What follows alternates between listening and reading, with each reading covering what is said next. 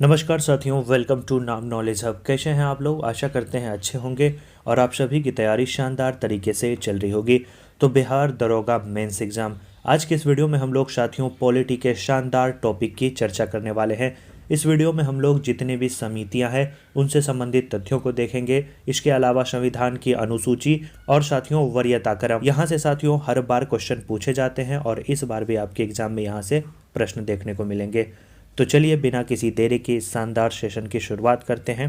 अगर चैनल पर पहली बार आए हैं, चैनल को सब्सक्राइब कर लें। वीडियो अच्छा लगेगा, कंटेंट अच्छा लगेगा, वीडियो को लाइक कर दोस्तों और ग्रुप में ज़रूर शेयर कर दीजिएगा। और साथियों डिस्क्रिप्शन में प्रीवियस वीडियो का भी लिंक दिया गया है, आपने उसे नहीं देखा है सभी प्रीवियस वीडियो को एक बार ज़रूर देख लीजिएगा। एग्जाम से पहले जितने भी इम्पोर्टेंट टॉपिक हैं प्रीवियस ईयर पैटर्न के अनुसार सभी आपको करवाए जा रहे हैं और एग्ज़ाम तक साथियों शानदार तरीके से करवाया जाएगा ताकि यहाँ से आपके एग्ज़ाम में डायरेक्ट प्रश्न पूछे जाए।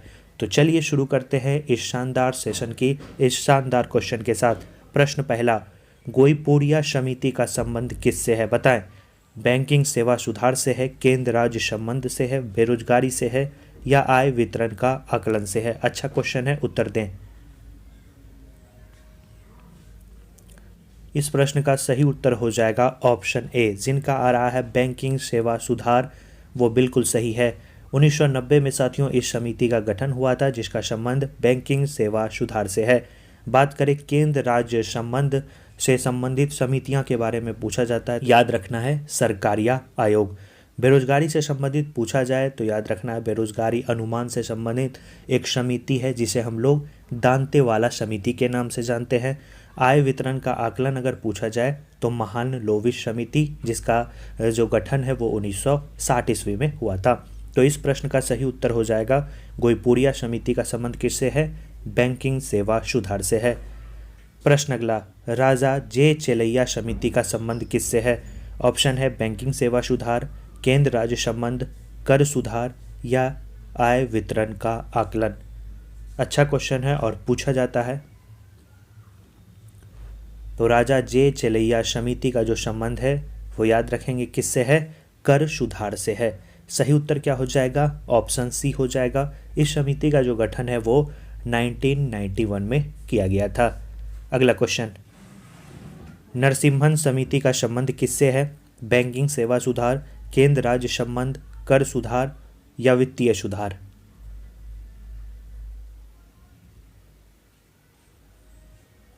सही उत्तर हो जाएगा वित्तीय सुधार से संबंधित है। याद रखेंगे क्या? नरसिम्हन समिति। कब गठन किया गया था? तो इसका भी गठन 1991 में किया गया था। बैंकिंग सेवा सुधार के लिए आपको क्या बताएं? गोईपुरिया समिति। केंद्र राज्य संबंध के लिए कौन सी समिति? सरकारिया आयोग। कर सुधार के लिए कौन सी समिति? राजा जे चेलैया समिति। तो याद रखना है सही उत्तर ऑप्शन डी आ जाएगा, जिनका भी आ रहा है बिल्कुल सही है। अगला क्वेश्चन, मीरा सेठ समिति का संबंध किससे है? ऑप्शन है बैंकिंग सेवा सुधार, हथकरघा विकास, कर सुधार या वित्तीय सुधार।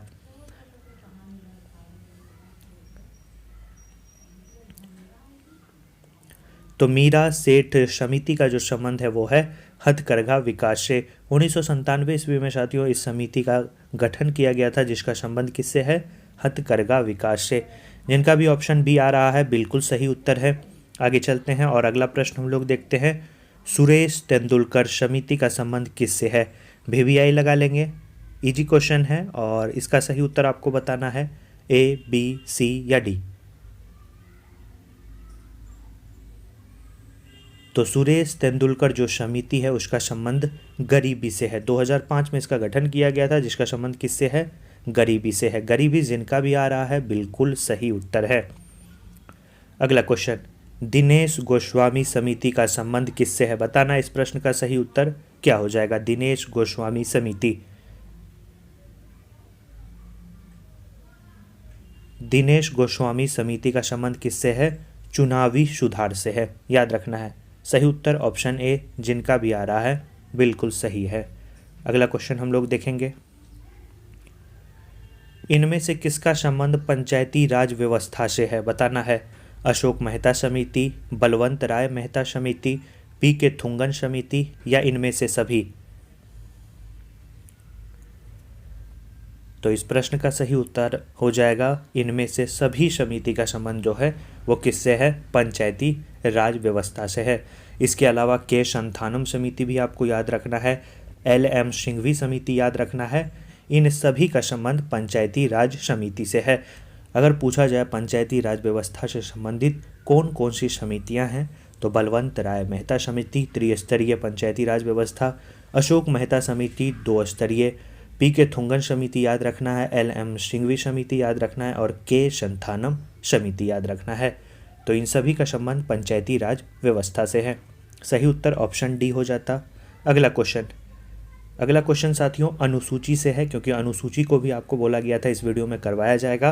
किस अनुसूची में विभिन्न अनुसूचित क्षेत्रों और अनुसूचित जनजाति के प्रशासन और नियंत्रण के बारे में उल्लेख किया गया है, बताएं। अच्छा क्वेश्चन है और इजी क्वेश्चन है। सही उत्तर क्या हो जाएगा, 5वीं अनुसूची। 5वीं जो अनुसूची है उसमें विभिन्न अनुसूचित क्षेत्रों और अनुसूचित जनजातियों के प्रशासन और नियंत्रण के बारे में उल्लेख किया गया है। चौथी में आपको पता है राज्यसभा से संबंधित है। अगर दूसरी पूछा जाए तो दूसरी में आपको याद रखना है, दूसरी जो अनुसूची है उसमें भारत राज्य व्यवस्था के विभिन्न पदाधिकारी जैसे राष्ट्रपति, राज्यपाल, लोकसभा के अध्यक्ष, उपाध्यक्ष, राज्यसभा के सभापति एवं उपसभापति, विधानसभा के अध्यक्ष, उपाध्यक्ष आदि को प्राप्त होने वाले वेतन, पेंशन और भत्ते का उल्लेख किया गया है दूसरी अनुसूची में। तीसरी अगर पूछा जाए तो तीसरी में आपको पता है तीसरी अनुसूची में विभिन्न पदाधिकारी जैसे राष्ट्रपति, उपराष्ट्रपति, मंत्री, उच्चतम और उच्च न्यायालय के मुख्य न्यायाधीश द्वारा पद ग्रहण के समय ली जाने वाले शपथ का उल्लेख है तीसरी अनुसूची में। तो इस प्रश्न का सही उत्तर क्या हो जाता, ऑप्शन बी हो जाता। अगला क्वेश्चन, किस अनुसूची में दल बदल से संबंधित प्रावधानों का उल्लेख किया गया है? तो संविधान की 10वीं अनुसूची में याद रखना है दल बदल से संबंधित प्रावधानों का उल्लेख देखने को मिलता है। तो जिनका भी सी आ रहा है बिल्कुल सही उत्तर है। अगला क्वेश्चन, किस अनुसूची में असम, मेघालय, त्रिपुरा, मिजोरम राज्यों के जनजाति क्षेत्रों के प्रशासन के बारे में प्रावधान है? बताएं इस प्रश्न का सही उत्तर क्या हो जाएगा।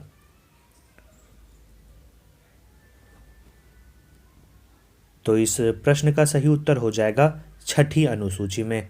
याद रखना है छठी अनुसूची में असम, मेघालय, त्रिपुरा, मिजोरम राज्यों के जनजाति क्षेत्रों के प्रशासन के बारे में प्रावधान है। और 5वीं में आपको क्या बताएं, विभिन्न अनुसूचित क्षेत्रों और अनुसूचित जनजाति के प्रशासन और नियंत्रण के बारे में उल्लेख 5वीं अनुसूची में वर्णित है।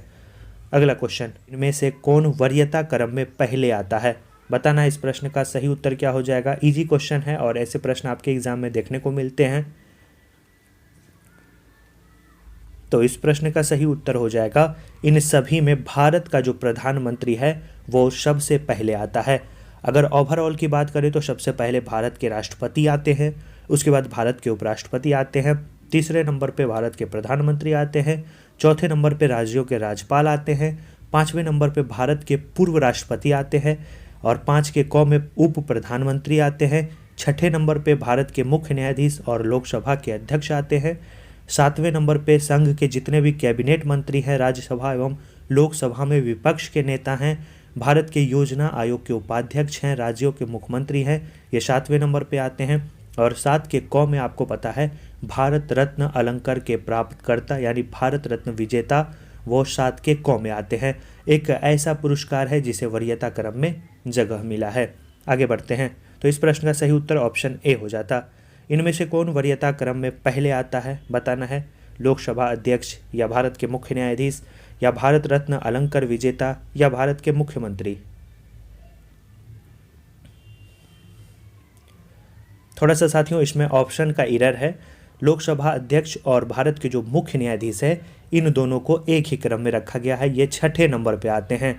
इसके अलावा 7वें नंबर पे आपको पता है भारत के मुख्यमंत्री आते हैं और 7 के कौ में जो है वो कौन आते हैं, भारत रत्न अलंकार के प्राप्तकर्ता। तो इस प्रश्न का सही उत्तर ए और बी दोनों हो जाता। तो इस प्रकार से साथियों आपके एग्जाम में प्रश्न पूछे जाएंगे। अब हम आगे बढ़ते हैं और फटाफट साथियों रिवाइज कर लेते हैं कि किस प्रकार से और कौन कौन सी समितियां आपके एग्जाम पॉइंट ऑफ व्यू से ज़्यादा इंपॉर्टेंट है। अभी तक साथियों वीडियो को लाइक नहीं किए हैं तो ज़रूर लाइक कर दीजिएगा। चैनल पे पहली बार आए हैं तो चैनल को ज़रूर सब्सक्राइब कर दीजिए। एग्ज़ाम तक साथियों हमारा टारगेट है 50,000 सब्सक्राइबर कंप्लीट करने का, तो इसमें साथियों आपका साथ और सहयोग की आवश्यकता है। आप वीडियो को ज़्यादा से ज़्यादा शेयर करें और शानदार कंटेंट आपको प्रोवाइड किया जाएगा। आप ही लोगों के लिए मेहनत किया जाता है ताकि कोई भी प्रश्न अगर एग्ज़ाम में पूछा जाए तो आप उसे आसानी से हल कर पाएँ।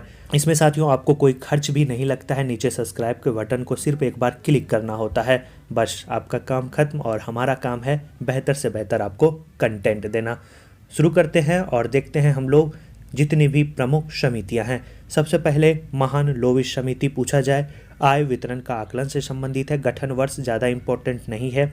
खुसरो समिति पूछा जाए, कृषि एवं ग्रामीण साख से संबंधित है।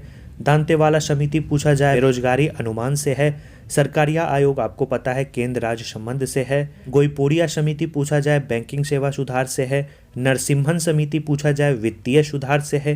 राजा जे चेलैया आपको क्या बताए, कर सुधार से है। जानकी रमन समिति का संबंध किससे है, प्रतिभूति घोटाला से है। मल्होत्रा समिति का संबंध बीमा सुधार से है। भंडारी समिति का संबंध क्षेत्रीय ग्रामीण बैंकों की पुनर्संरचना से है। मीरा सेठ आपको बताया हथकरघा विकास से है। महाजन समिति का संबंध चीनी उद्योग से है। सुरेश तेंदुलकर पूछा गया क्वेश्चन है किससे संबंधित है, गरीबी से है। रंगाराजन समिति का संबंध भुगतान संतुलन से है। डॉक्टर कृति एस पारीख समिति पूछा गया क्वेश्चन है पेट्रोलियम उत्पाद की मूल्य प्रणाली पर सुझाव से संबंधित है। दिनेश गोस्वामी समिति पूछा जाए चुनावी सुधार, आपको क्वेश्चन में भी करवाए। इसके अलावा रघुराजन समिति वित्तीय क्षेत्र। वाचु समिति प्रत्यक्ष कर। केलकर समिति पूछा गया क्वेश्चन है कर संरचना सुधार। इससे पहले हम लोगों ने कर सुधार के लिए कौन समिति देखा था, राजा जे चेलैया समिति। कर संरचना सुधार पूछे तो केलकर समिति। हनुमंत राव समिति पूछा जाए तो उर्वरक। के संथानम समिति की सिफारिश पे आपको पता है सीबीआई की स्थापना की गई थी। भगवती समिति का संबंध बेरोजगारी से है, मोस्ट इम्पोर्टेंट समिति है, पूछा जाता है। इसके अलावा आबिद हुसैन समिति का संबंध लघु उद्योग में सुधार से है। आगे बढ़ते हैं।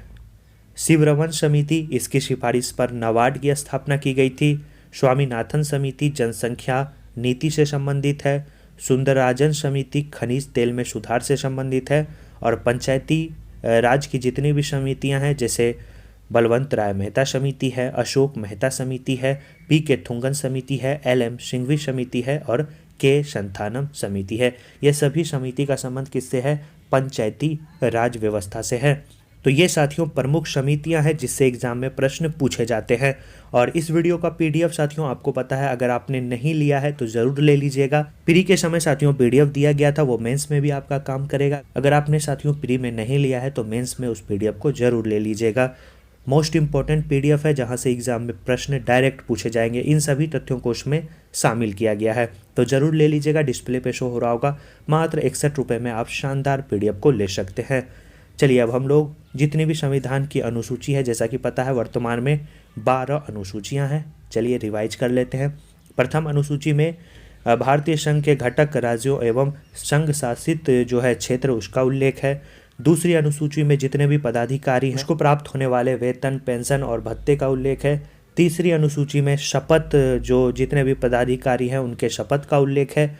चौथी अनुसूची में राज्यसभा में प्रतिनिधित्व का विवरण है। पांचवी अनुसूची में आपको बताया अनुसूचित क्षेत्रों एवं अनुसूचित जनजाति के प्रशासन और नियंत्रण के बारे में उल्लेख है। छठी अनुसूची में आपको पता होना चाहिए असम, मेघालय, त्रिपुरा, मिजोरम राज्यों के जनजाति क्षेत्रों के प्रशासन का प्रावधान है। सातवीं अनुसूची में केंद्र एवं राज्य के बीच जो है शक्ति के बंटवारे के बारे में बताया गया है। इसमें 3 सूचियां जोड़ी गई है, संघ सूची, राज्य सूची और समवर्ती सूची। 8वीं अनुसूची के बारे में पूछा जाए तो इसमें भारत के 22 भाषाओं का उल्लेख है। मूल रूप से 8वीं अनुसूची में आपको पता है कि 14 भाषाएं थी, पिछले वीडियो में हम लोगों ने देखा, और 8 भाषाओं को जो है संवैधानिक संशोधन के माध्यम से जोड़ा गया था। तो 22 भाषाओं का जिक्र 8वीं अनुसूची में है। 9वीं अनुसूची में आपको पता होना चाहिए राज्यों द्वारा संपत्ति के अधिग्रहण का उल्लेख है, और इसे आपको पता है पहला संवैधानिक संशोधन के द्वारा जोड़ा गया था।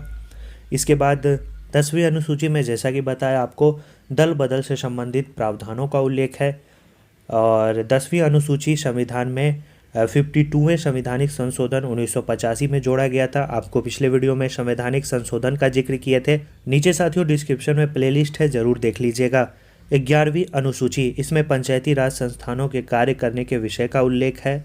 और 11वीं अनुसूची को 73वां संवैधानिक संशोधन 1992 के माध्यम से जोड़ा गया था।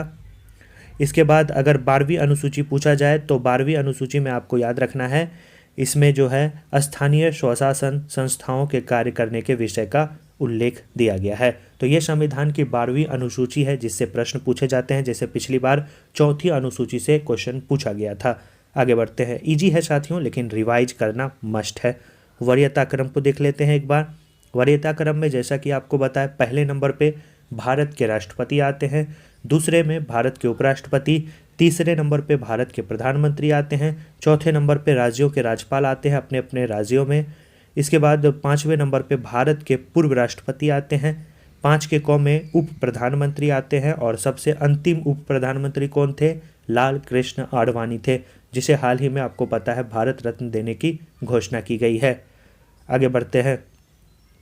6ठे नंबर पे आते हैं भारत के मुख्य न्यायाधीश और लोकसभा के अध्यक्ष।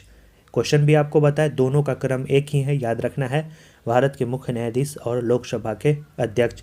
7वें नंबर पे आते हैं संघ के कैबिनेट मंत्री, राज्यसभा एवं लोकसभा में विपक्ष के नेता, भारत के योजना आयोग के उपाध्यक्ष, राज्यों के मुख्यमंत्री अपने अपने राज्यों में और पूर्व प्रधानमंत्री। 7 का क में आपको बताए एक ही पुरस्कार विजेता है जिसे इस क्रम में स्थान मिला है, भारत रत्न।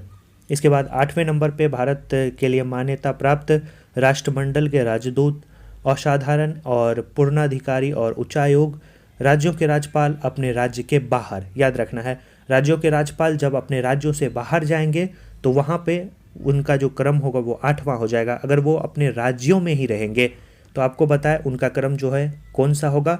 जब अपने राज्यों में रहेंगे तो उनका क्रम होगा 4थे स्थान पे। 9वें नंबर पे उच्चतम न्यायालय के न्यायाधीश आते हैं। इसके बाद 9 के क में भारत के मुख्य निर्वाचन आयुक्त यूपीएससी के अध्यक्ष और कैग आते हैं।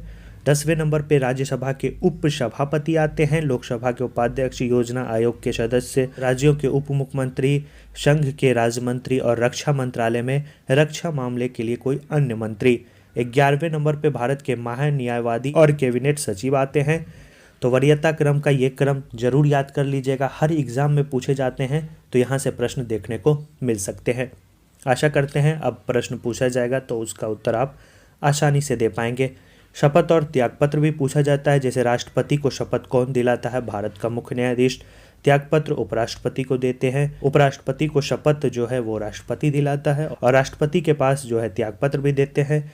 राज्यपाल को शपथ उच्च न्यायालय का न्यायाधीश दिलाता है और राष्ट्रपति के पास ये अपना त्यागपत्र देते हैं। मुख्य न्यायाधीश की बात करें तो राष्ट्रपति शपथ दिलाते हैं और राष्ट्रपति के पास त्यागपत्र भी देना होता है। प्रधानमंत्री को शपथ राष्ट्रपति दिलाते हैं और राष्ट्रपति के पास इन्हें अपना त्यागपत्र देना होता है। लोकसभा अध्यक्ष का शपथ नहीं होता है, त्यागपत्र इन्हें उपाध्यक्ष के पास देना होता है।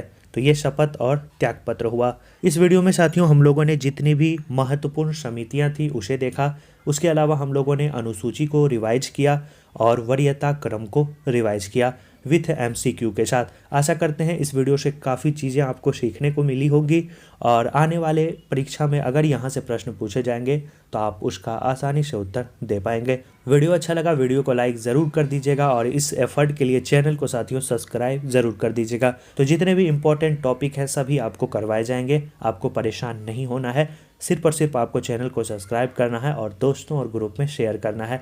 बाकी हमारा काम है आपके लिए बेहतर से बेहतर कंटेंट को प्रोवाइड करना। अपनी तैयारी जारी रखिए, रिवीजन करिए, डेफिनेटली आपका सपना डबल स्टार का ज़रूर पूरा होगा। धन्यवाद साथियों।